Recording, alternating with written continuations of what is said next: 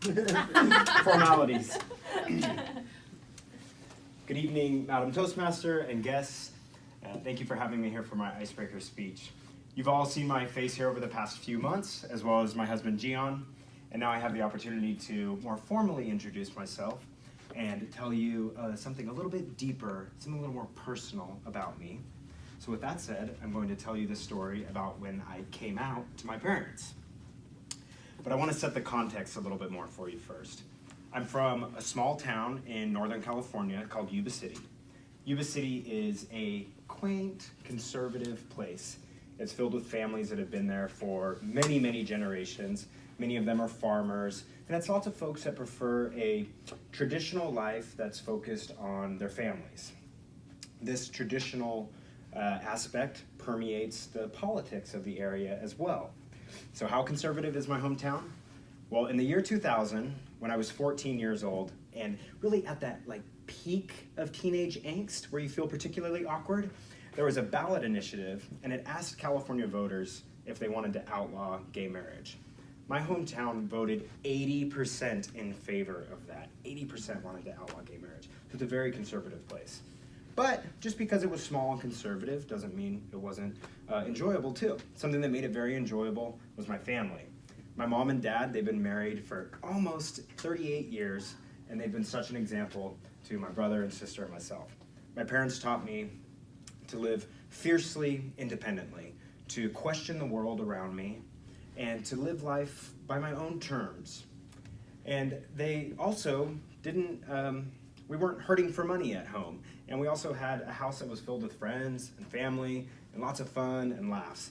So it was really enjoyable spending that time with my family as a kid. But one thing that should be mentioned about my family is that my mom and dad, my grandma and grandpa, and aunts and uncles and cousins and everybody are diehard Republicans. And I remember this one time, it was late 1990s, it was a while back. My great aunt, my favorite aunt, Aunt Karen, she told me that CNN, the Clinton News Network, is banned at her house. And I said, what? And this was years ago. This was way before Donald Trump made hating CNN mainstream. My family were the OG CNN haters. But so here was this kid in this small rural place, surrounded with conservative folks, and I felt different inside. And I felt a little bit scared, to be honest. And I knew there were others like me, some distant cousins, and some of my parents' friends I figured probably were, but I didn't want to ask about it. It might blow my cover. So I was just kind of over this awkwardness, and I wanted to turn the page. So I just decided one night I'm going to tell my parents. It was my senior year of high school, and I go into the living room where my parents are, and I said, Mom, Dad, I need to talk to you about something. And so they were immediately, they looked worried.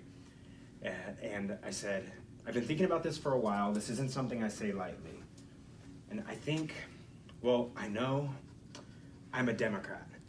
And my mom and dad, they were shocked. And they were quiet.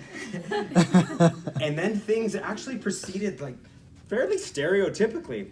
My mom, she looked at me and she said, well, kiddo, my mom calls me kiddo. She said, kiddo, if I'm being honest with you, I've suspected this for a while. And I said, what? And she said, I just saw something in your eyes every time Bill or Hillary would come on TV. I said, was I that obvious? And my dad said, well, how do you know you're a Democrat? Have you ever even gone all the way with a Republican and voted for one? And I said, Dad, you don't have to go all the way to know what's in your heart.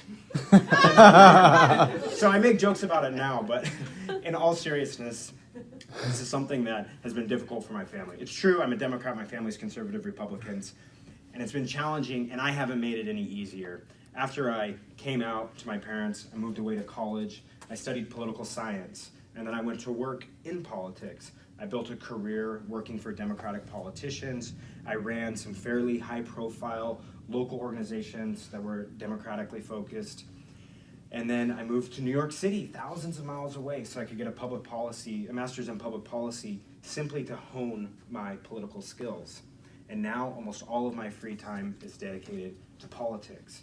So I have chosen to put politics at the center of my life, which inherently alienates my family. But as my parents taught me, I need to be true to who I am and live life on my own terms. So how do I reconcile these two things? Well, my family and I, we just have to focus on the things that bring us together, focus on our commonalities. My dad and I can talk about a favorite old nerdy Star Trek episode instead of the latest political happenings. My mom and I can poke fun at each other about who's a better cook. It's her. She's a way better cook. So today we focus on loving each other because we know that our love for each other is stronger than any sort of political differences. So as a wise woman once said, we are stronger together and we will move forward together. And that is something that we can always be proud of. And that woman is Hillary Clinton. Thank you.